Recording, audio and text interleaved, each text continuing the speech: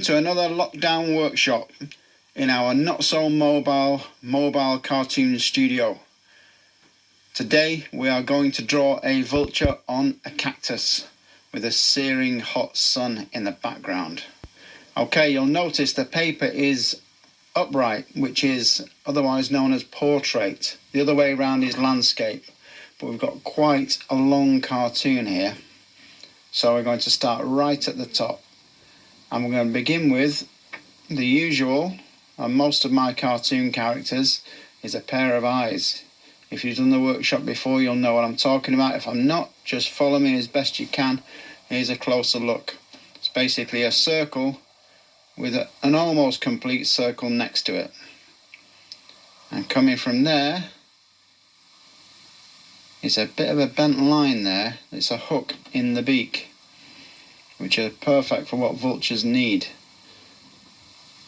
Okay, this is just like a little bag under the eye. It's just to add more detail to the cartoon, really. That's all I'm trying to do. It looks like a really complicated cartoon, but it's only a few lines. This is like a long C shape. You'll notice coming from about there, round, and heading towards that little bend in the beak. It's heading towards it, but we're stopping short. Okay, so just around about there, and then we can continue that down to a nice point, hopefully a better point than mine. Okay, so don't expect it to be perfect first time. It's your first time drawing a vulture on a cactus, I'm sure. My vulture's looking a bit miserable because he's not caught anything today, or not pounced on anything. So there is the top of its head. It's like they're funny looking creatures, vultures, but we're just making a funny kind of version of one. There's the nostril on the beak with a little shadow underneath. It's not got two nostrils there. That is the shadow underneath the one nostril, because that's all you can see. The other one is on the other side of the beak. I'm giving it a pair of sleepy eyes, so I just draw a line across the eyes, or the circles, and the face is starting to form now pretty well. On the top of its bald head are some little spikes. And now we're going to move down to the neck. But first we'll just finish off that beak there. We'll just do a little line across there, and then when we come to colour it, it's easier to follow, because those are going to be the top of the head's going to be pink, the eyelids are going to be pink, but I'll show you that in a minute. And for now we're coming down with the neck at a slight angle. And it's always nice at this point to put a little bit of shade underneath there, or shadow. The beak is casting a shadow over the neck. So we're going to come round. This is tricky now, so just work with me. We're going back up like that. That's kind of like a U shape. It's created a U shape there.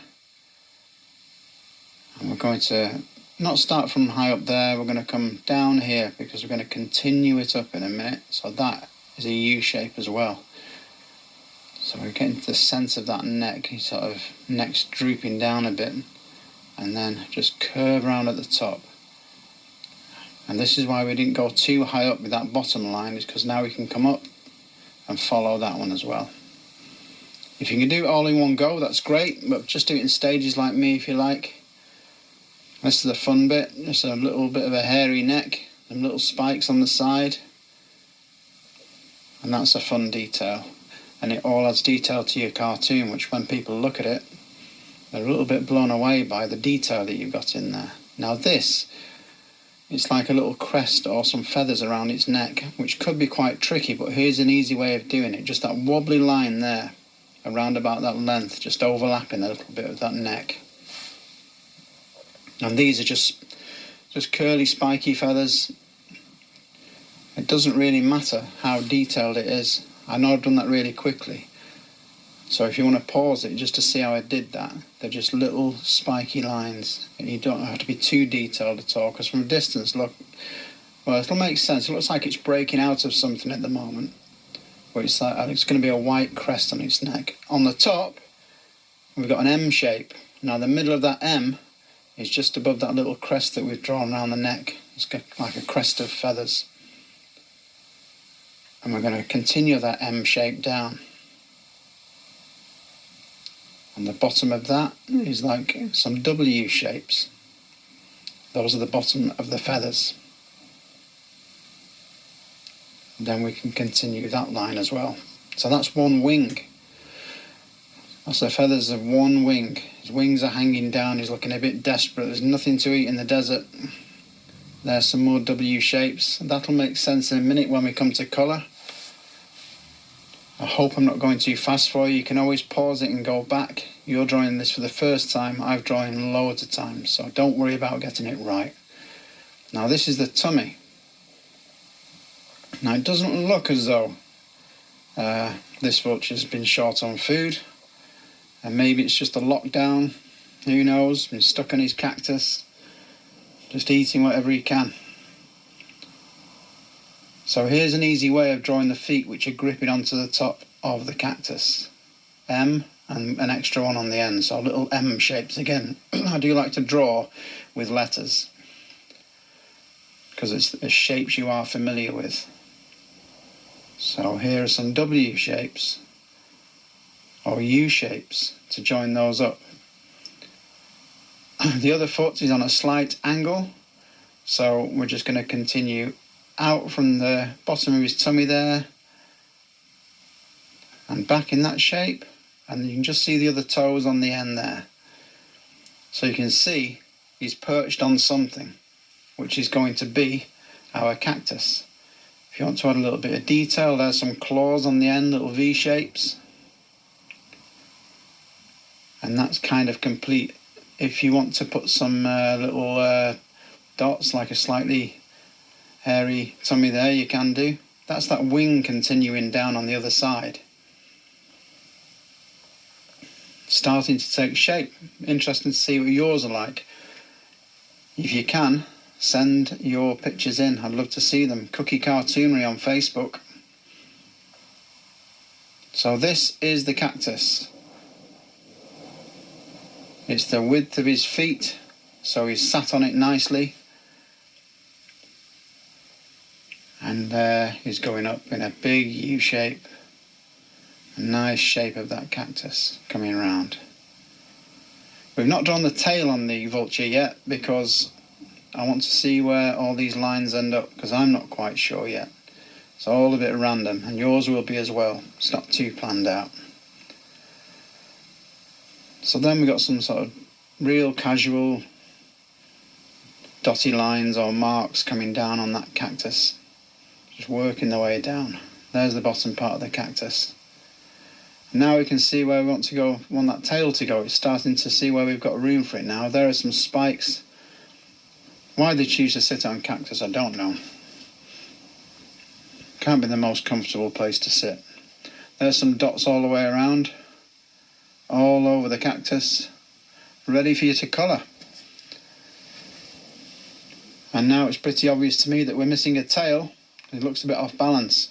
So there and further down like that is kind of another different shaped W shape again, basically. So there we have the vulture. Be interesting to see what you've got. I'm just shading that in. If I had colour pencils, this would be black. We have black feathers on the top and white feathers on the bottom. That's why I'm leaving those. I'm not colouring them at all, because those are staying white. And if you're working on white paper, you don't need to. This would be pink, eyelids, cheeks and head. Also pink on the neck there. Get any shading that you can do. Tummy can be pink as well. It'll really make it stand out. Now the beak and the feet, yellow. You'll see on the front cover how I've covered it, how I've coloured the cartoon. If you're working in pencil as well, put a bit of shade. Before you put your colour on the cactus, put some shade underneath the feet, because that sun that we're going to draw in a minute is casting a bit of a shadow. I'm just really, really loosely colouring this. You'll see again on the front cover how the colours I've chosen, but if you can add a little bit of shading with your pencil underneath there, it'll really add to the effect of it, make it look really, really 3D. And don't worry if you're looking at yours and thinking, well, it doesn't look as good as his or whatever, or it might look better. But just keep practicing, make it more your own. You might see things in mind that you could improve on. It doesn't have to be exactly the same, so just enjoy it and practice. And if you do subscribe, which would be nice, because then I know you're out there, and I know that you're joining in the cartoon workshops, and I'll think of more stupid things to draw and find an easy way of drawing stupid things. Look at that sun in the background, it's all wobbly because it seems to have like a bit of a heat haze, so don't worry about getting a circle really perfect. It's all a bit wobbly, all those heat hazes. There's a wobbly cactus in the background, here's some wobbly mountains, a bit spiky in the background. And all these spiky and wobbly lines give it a real sense of heat and uncomfortable environment for our vulture. Listen, I'd like to see your work, so why don't you take a picture of it and send it in? I'm known to give out prizes and cartoons and stuff like that for great work. So Cookie Cartoonery, Facebook, Instagram, Twitter, send them through and let's have a look. Watch the way I shade this. I'm pressing on hard here and very narrow. I'm going lighter and lighter and wider, and you've got yourself a nice shadow cast by that wobbly hot sun. Okay, give us a thumbs up, leave a comment, let me know what you'd like to draw and we'll find an easy way of drawing it, and I will see you on the next mobile, non-mobile cartoon workshop.